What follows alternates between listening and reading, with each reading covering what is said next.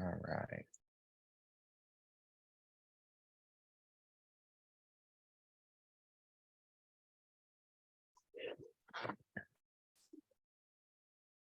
My lights go off, I'll keep it going. Yeah. Good morning, everyone. While everyone's joining, we're just kind of hang out for about a minute, let the rest of the attendees join. So just kind of hang out and we'll get rolling with Chase in a little bit.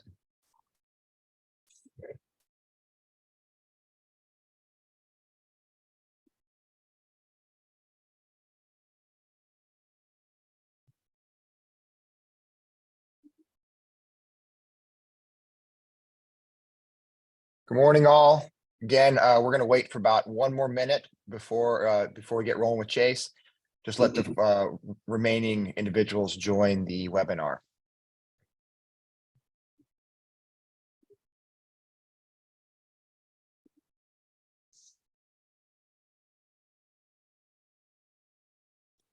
All right, it looks like people stopped rolling in. Okay. Well, I would like to welcome everyone, and thanks again for joining us this morning in our second episode in our series on sustaining the human weapon system and U.S. Special Operations. My name is Thomas Dewey, and I am a customer success manager with Sparta Science. I'm excited to introduce Chase Phelps. I should say Dr. Chase Phelps. Chase is a human performance advisor with SOCOM. Chase has over 14 years of experience working in collegiate athletics and in the tactical human performance setting. Chase received his undergraduate degree in health and human performance from Roanoke College, his graduate degree in exercise science and sports psychology from Penn West, California, and his PhD in health science with a concentration in human and sports performance from Rocky Mountain University. Chase's knowledge and experience have provided him with a unique philosophy on the interplay between human performance and technology. I have known Chase for almost 17 years. I first met Chase when I was a performance coach at Velocity Sports Performance, and Chase was a collegiate athlete training at Velocity. Since then, I've had the fortune of working with Chase within the tactical human performance setting. Chase, thanks for chatting with us today.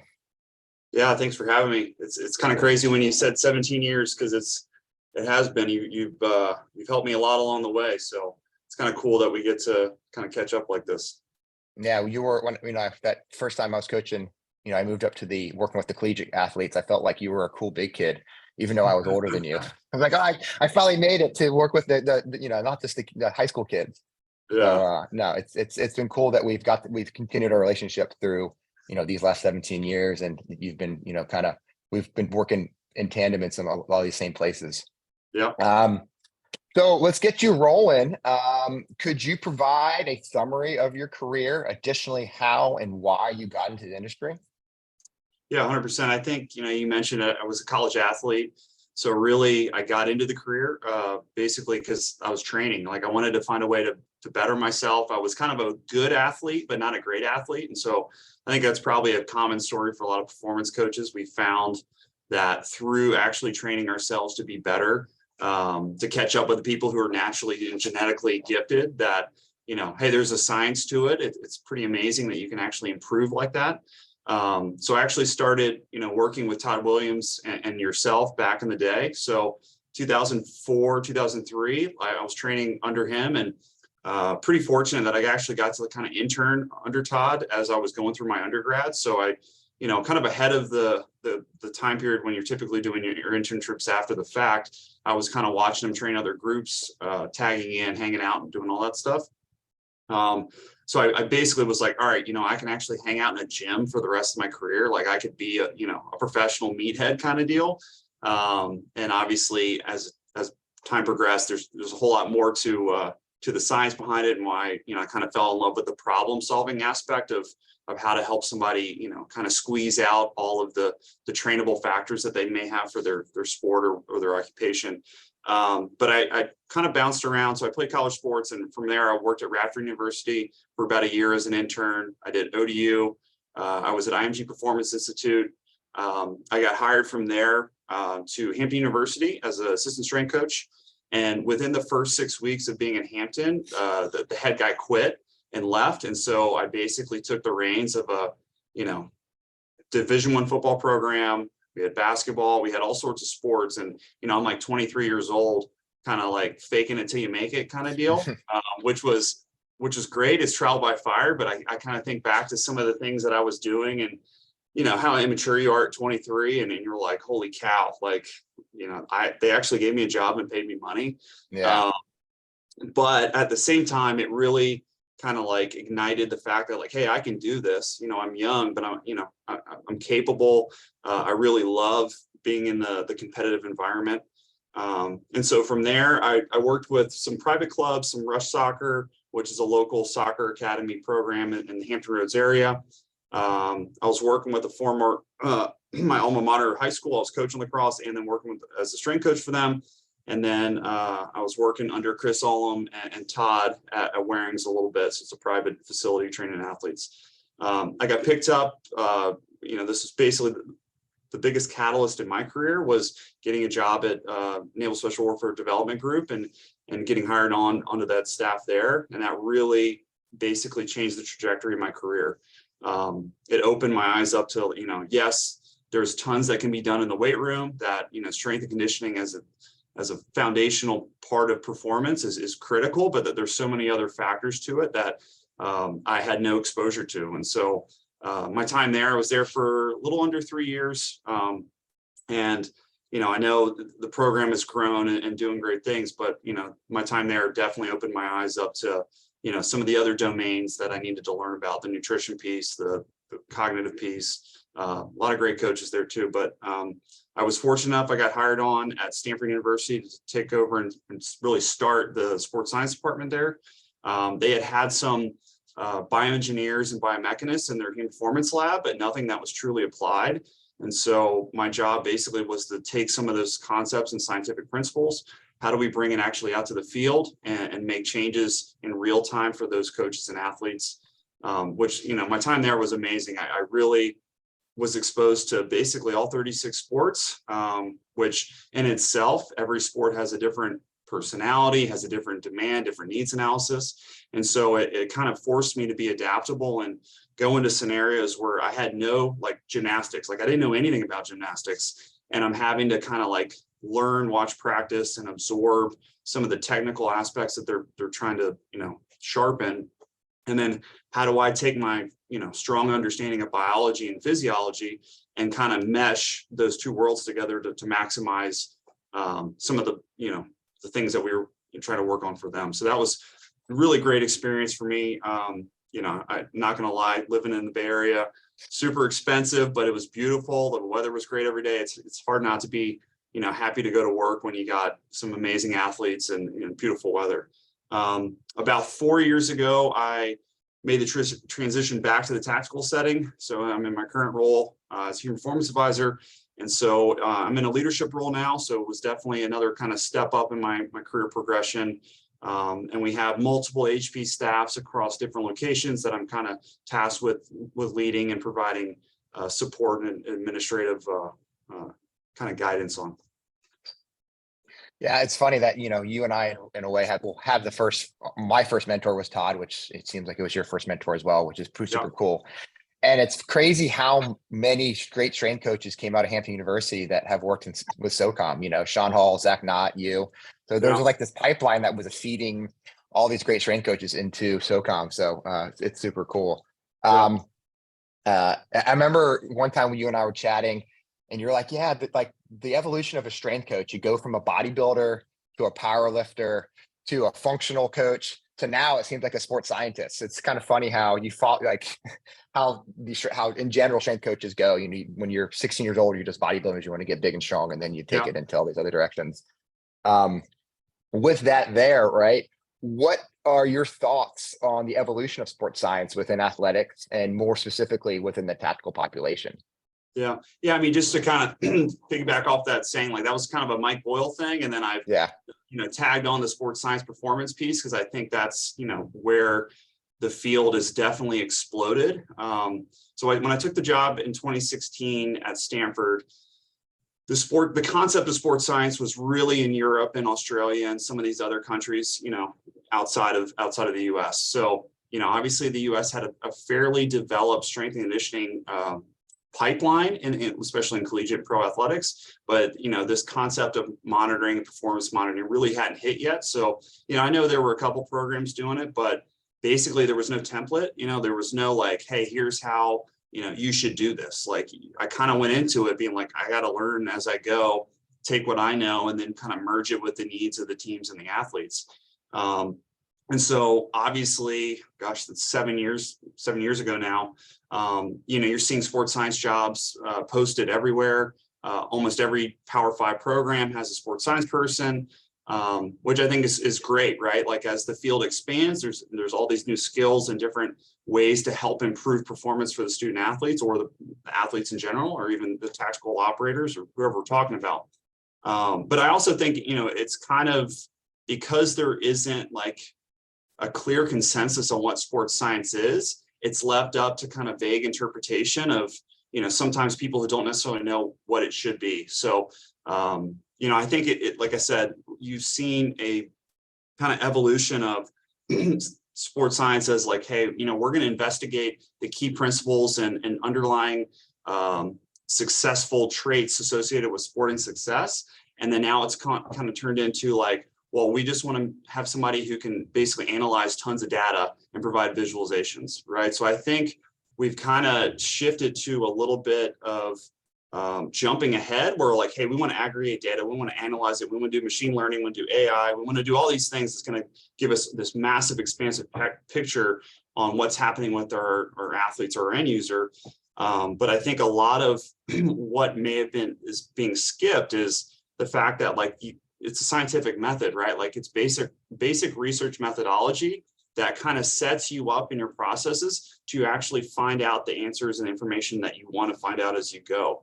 So I think a lot of what we're seeing now, again, I'm not here to like say it's not right or it's bad, but I think that if we can kind of balance it out and make sure, yes, you should have some skills like R and Python, maybe if you really have a ton of data, which for me, I don't know those languages. I kind of have other priorities right now in my professional life, but I also think we need to kind of balance the other end and bring people back to like the fundamentals of what science is, sports science, not sports, analytics, which that is an aspect of it. But I think it needs to kind of play on both sides of, how do you investigate, a question, a problem, and look at the needs of whatever the sport is, instead of just saying, hey, we're going to give a bunch of methodologies to, analyze our athletes. What type of scalpel-like approach can we actually get into the weeds on that is going to answer a very brutally clear need, gap, or question that team has. So I think that's kind of where I've seen it gone, is much more like data science heavy. And, if you think about it, like that's a massive undertaking of education, right? Like, there's an entire profession based around being a data engineer, an analyst, or a scientist. And now we're having strength coaches and performance coaches kind of just tag that on as a collateral duty, when you already have all these other aspects that you're kind of concentrating on. So it's definitely been interesting. Like I said, as technology evolves and we see the chat GPTs of the world like turn into like, much more advanced, maybe some of these languages that people are learning like become obsolete, almost like Latin, right? Like, maybe some of these things aren't even necessary because technology in 5 years will like automate everything. So it'll be super interesting to see how that goes. Yeah, I feel like just in general, mission creep is a huge problem in all settings. And a lot of times there's that mission creep and we get away from the whole point of the sports science, which is to improve people's behaviors and their abilities. And also, the context of, you can run the 75th regression model to find something statistically significant, right? And that may not actually mean anything within the context of what's going on. But, if you're just a data person and you don't understand the context of the sport, like you, and you started with gymnastics, you had to get around gymnastics to understand the needs analysis. And if you're just running a data and you don't understand the needs analysis of gymnastics, you're going to lose a lot of things there. So kind of dovetailing with that, that mission creep piece, what is the role of technology in human performance in your eyes? Is it testing? Is it assessment? Is it measuring? Is it monitoring? Like, where do you feel technology falls within that, in human performance? That's a great question. I think, well, there's a lot of layers to it. I think it obviously depends on, what type of like basics and fundamentals are happening, right? Like if there's low hanging fruit, typically any type of technology adjunct like may not be necessary. Maybe it's more just like the interpersonal human piece of coaching and helping somebody be accountable and consistent. But as you start kind of like graduating from a low training age or, a lower, novelty to whatever they're doing, clearly you may have some questions that you don't have answers to. You may have some gaps in, specific knowledge bases around what you're trying to improve. And I think that's where that can kind of like fill that gap. So it should just be specific in my mind. I think you always need to go into it with a question and or an outcome that you want to reverse engineer. Not just like, hey, everybody's doing this. I feel like learning about HRV and GPS is cool because it tells us a bunch of stuff. Like, I think you should always sit down and truly ask the coaching staff, the instructors, yourself, like, what are you trying to learn the most about? What can we go all in on? Like one big question that we want to dive into, and then put your efforts towards that. So I kind of look at like technology a little bit like it's everywhere, right? Like, so it's in your car, like you have a speedometer and odometer. That's an external loading metric for your car, right? How fast are you going? How far have you gone? You have internal loading stuff. You have the fuel gauge, you have the temperature gauge. You might have a sensor that pops up that says you have low tire pressure, you have low fuel or low oil, things like that. And so that has become completely normal, like normalized in the car. Like you don't even think about it. Those are just sensors that sit in front of you on a dashboard, and you kind of check through things as you go. And each one of those might have a kind of immediacy or something that's not as important, right? So like you're going to look at the speedometer a whole lot more often than you will look at your odometer. And I think that's the type of, kind of model that you can look at with using technology and performance. You're going to have certain things that are going to answer questions in an immediate daily, weekly basis. And you're going to have certain things that you may check back in after 6 months to a year to kind of make sure that your roadmap actually planned out where you went. But at the same time, it should always have a purpose. There should never just be like, hey, we want to learn, about our team in general. Like, no. Like, let's have an idea of what that coach wants to know more about their coaching style, or maybe they have a gap where, we're having a lot of ACLs, like Stanford women's lacrosse. When I first got there, tons of ACLs. And so it's like, okay, let's work backwards. Like that's definitely a terrible outcome. Like what is happening before then that we can use technology to help answer some questions? So again, like that's kind of a long-winded answer for, you basically need to have a question, and that technology potentially provides a solution to get you to an answer. And if you can't tie those two things together, tech just becomes either, a recruiting tool or it becomes a burden, because now you're doing it, it's not providing an immediate, response or value. Yeah. I mean, so you're telling me that 10-year-olds to 15-year-olds don't need to be velocity-based training?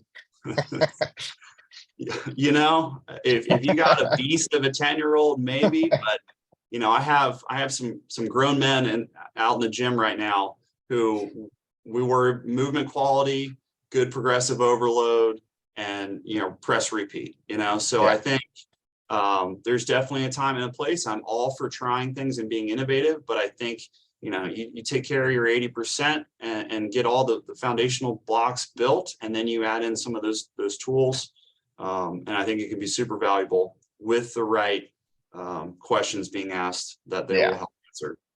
Yeah, I mean, unfortunately, sometimes people throw technology at a problem, think it's going to solve it, versus understanding the problem and then finding the correct technology to solve that problem.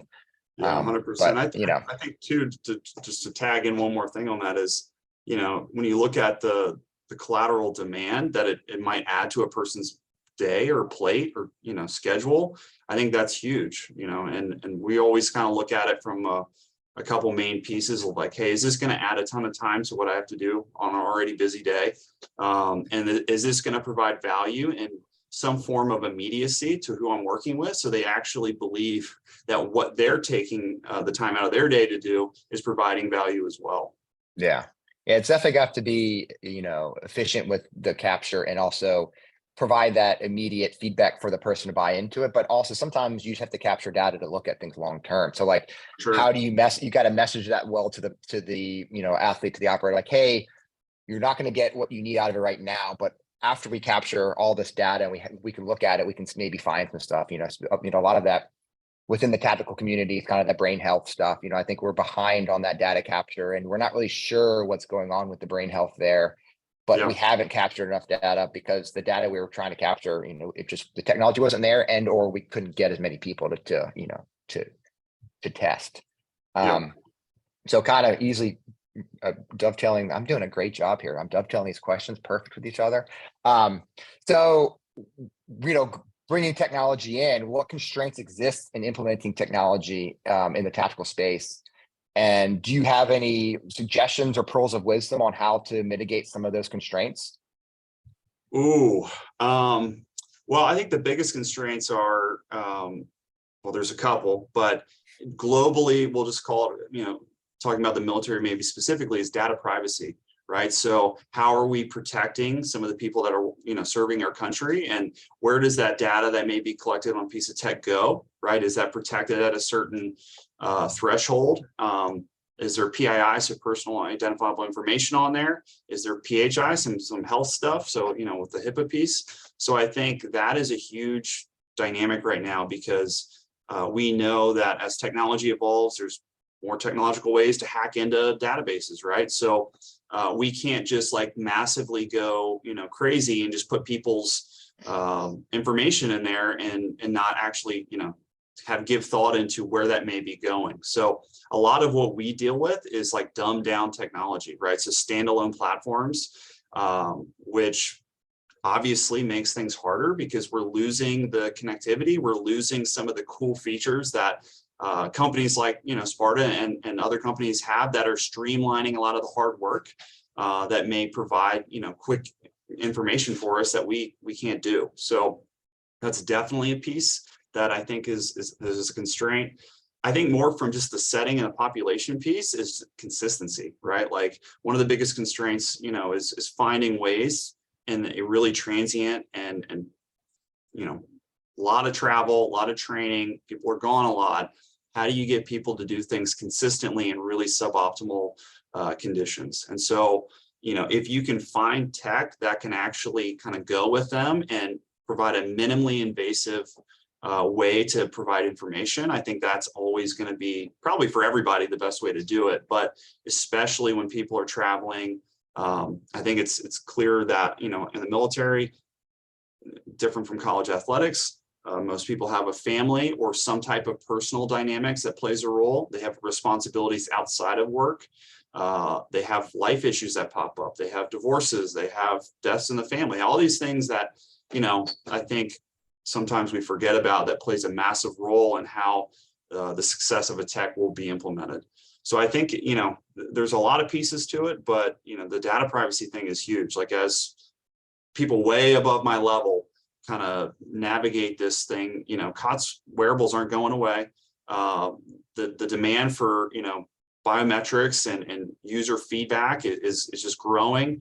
So I think it's going to be interesting to see in the next 2 years if we can kind of crack the code to get outside of just standalone and actually start, bringing ourselves up to, where we should be, in my opinion, a more innovative stance on things, and not just, kind of doing a little bit of CYA. Hey, if there's a risk, we're just not going to do it, which I don't fault anybody on, but it definitely, we're not using our skill sets maybe to the highest ability that we could be, until we can kind of figure out how to safely collect information on our end users. Yeah, kind of with that technology, what my thought process is, sometimes it's that data to wisdom continuum. Data creates information, that information has to create knowledge, and hopefully that knowledge creates wisdom. And so like when you're implementing a tech, and within those constraints of what you're doing, that it seems within the military, there's all these, safety concerns, but also, is that data actually turning into anything? Because if it's just going to be noise, then there's no reason even to create the safety concern. Yeah, totally. Moving on here. So this is a a good question that actually we got before the webinar went off. One of the listeners, I believe, sent it in. And it's a common opinion is that there are drastic differences in how you approach implementing technology in different populations. What works in athletics doesn't work in technology in the tactical situation, just kind of you're saying because of the constraints. And then what works in athletics and the tactical population may not work in general population. Can you speak about some similarities and differences you've seen after implementing technology in these diverse environments? Yeah, absolutely. I think, it's kind of like the principles versus the methods piece. Like if you have sound principles and how you approach things, like you can adjust methods based on your population.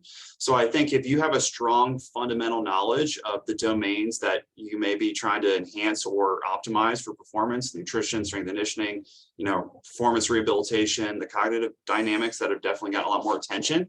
If you understand, some of the underlying mechanisms, how those things work, you can kind of flux and be fluid between populations, right? Like as long as you're not, too, constricted in your thinking, it's really, you step into an environment, do a needs analysis, look at the end user you're going to work with, what's the outcomes that they need to have, and then you use your knowledge to blend those together. So I don't think like, oh, I can't, flow between two. I think anybody who has done the homework and has built up their experiences are going to be able to do that. So that's first off.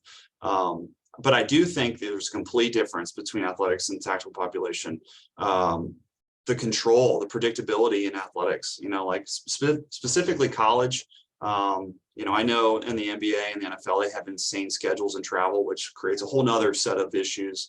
But for me, like, a lot of my experiences in college, and there's a set in season, there's a set off season, there's a set spring break. You have so many hours in a week, you have 20 hours in a week, you have 5 hours in a week here. So you can really kind of put your thumb on somebody and really see if what you're implementing actually adapts the way you thought it should. You have coaches who have way more control and say over how student athletes are doing things. So if coach wants to implement a certain initiative, then you provide that service. Well, now the coach is driving it, right? So it's going to be mandatory, or it's going to be like, this is how we do things. This is the culture we have here. So I do think that you definitely have a lot more, I hate the word control, but just a lot more handle on how you want to implement things, because there is a little bit more predictability. The tactical population, I think if you can find training pipelines or things that are more set and structured, you're going to have a little bit more of that. But if you're working with somebody who's kind of like a normal workup cycle that's just going through professional development training and, all the different phases they may go through, and they're kind of being traveled here and there, that's really tough, right? Like we talked about the consistency piece. And then, when they are home and you may actually get time with them, maybe that's time that they spend with their family or do something, away from work. So you may be losing some of that kind of capture on how you're going to work with somebody. I think from a performance piece too, there's a difference, right? So I'll just use men's soccer. Worked a ton with men's soccer at Stanford. Soccer is highly researched, right? Like there is a ton of positional profiling. There's a ton of game analysis profiling. There's performance analytics. There's just massive amounts of literature on the sport of soccer. So we know that as we want to enhance center mids, here's what they typically look like from a game demand, right? So you can really kind of, again, put your thumb on a set goal within the micro all the way down to there, because it's been established. There's more control. I can control for more variables. Whereas, in a law enforcement tactical setting, you have kind of two, it's almost like a Venn diagram, right? You have two competing things happening. So you have what that person's physical and mental, cognitive, and their traits are. So the operator analysis or end user analysis, and you have the job or task analysis, right? So, hey, no matter what you look like, you have to accomplish said mission, right? Doesn't matter. This has to get done.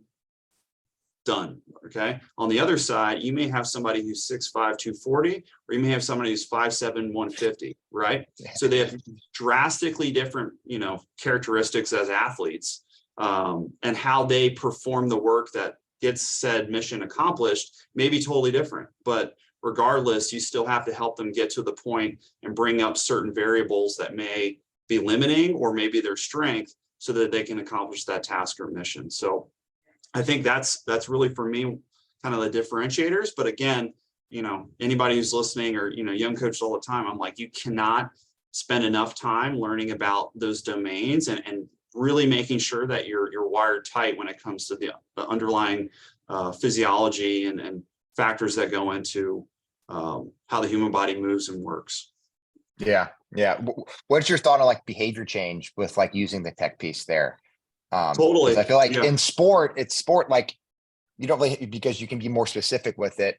The data, you're just making the athlete run more or whatever. He's got to listen to you. Whereas in like the tactical world, you have to be sticky with that data themselves to want to make the change. So when they look at their sleep or their HRV and they're like, oh, I drank some beers last night, it got worse. They make the decision not to drink beers, so their HRV is better and they feel better when they wake up. Yeah, that's definitely a thing. I think, what I've learned is that, you're going to have people who don't care, right? And they're not going to do it. It is okay, cool. Like, hey, I'm here to help. You got a question? Come find me. You got people who will tolerate it and, are slightly indifferent, but we'll try something out. And you have people who are all in. They're gung ho. They want to get that 1% edge to everything they do. I actually think that the tactical population is a lot more like Gen Pop than it is like college athletics. Because to your point, it is a lot about the behavior change. It is a lot about how they can make small choices along their day, their weeks, their months that are going to add up in the long run for years and years, potentially decades, that are going to create, the health span that everyone's talking about right now, the longevity piece, the quality of life when they do leave service.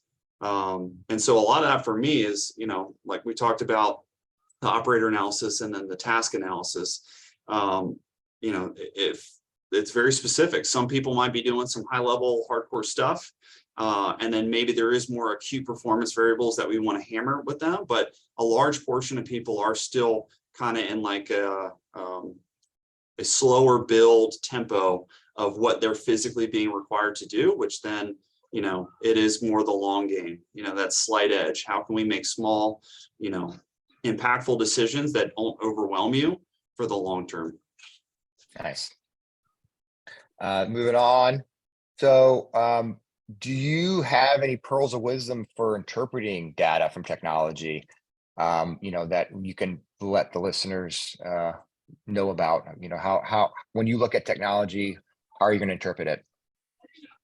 Ooh, I don't know. That's an interesting one. I think it depends on the context, right? So you talked about like testing and assessment. I think that's an interesting kind of vernacular there, right? Testing for me is like go, no go. Can you do this? Yes or no, right? Assessment is more like how you did it or more of an ongoing process of how we potentially look to see how you're progressing, not progressing, to the point of Sparta, like the movement signature. So yes, it's a global power movement, but how you produce that power is more meaningful than just did you jump 18 inches or not. And I think that kind of takes it to like how we interpret it, right? So who am I sitting down with? Who am I talking to? Is there a like hard date where they have a test, like they have to pass this, like no BS, or they don't make it, or they get cut or whatever. And I think that type of like looking at it from, assessment piece is how do we, navigate maybe some of the limiting factors and improve it for somebody. I don't think there's any pearls of wisdom. I think it's the more you can get them to understand why you care about it is going to, have them give more buy-in, so it's, I kind of did a random tangent on the test assessment, but I think it, definitely matters as to what the context of why you're talking about data with that person is. Yeah, that makes sense. Yeah, they have to have a buy-in on it. So we have one question here from the listeners. So I'm going to read it out to you. So why do you think the US is so far behind? A long time ago, I helped Dr. Stone and was talking about, but as far as implementing, not integrating well with the university athletic department. So I'm guessing about, why is the US behind on this implementation piece? So from many problems with athletic departments, like Rabdo, FB coaches hiring, football coaches hiring, SNC, et cetera. And now, as mentioning data science types, also turnover. Has there been a huge, sorry, I'm just reading this question here.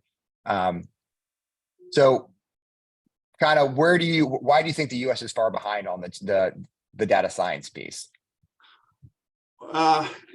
Maybe I'd be cautious to use far behind, right? Because, I think that's slightly subjective into what setting. I would say that one of the issues that the North America, the US has definitely seen is, yes, there's been more of a dialogue about interdisciplinary, work and collaboration. But at the end of the day, most of these sports science positions are adjuncts to the strength coaches, right? Like they're kind of like their little sibling where they go, hey, data dude, like I want to learn more about how we jump, or I want to learn more about fatigue.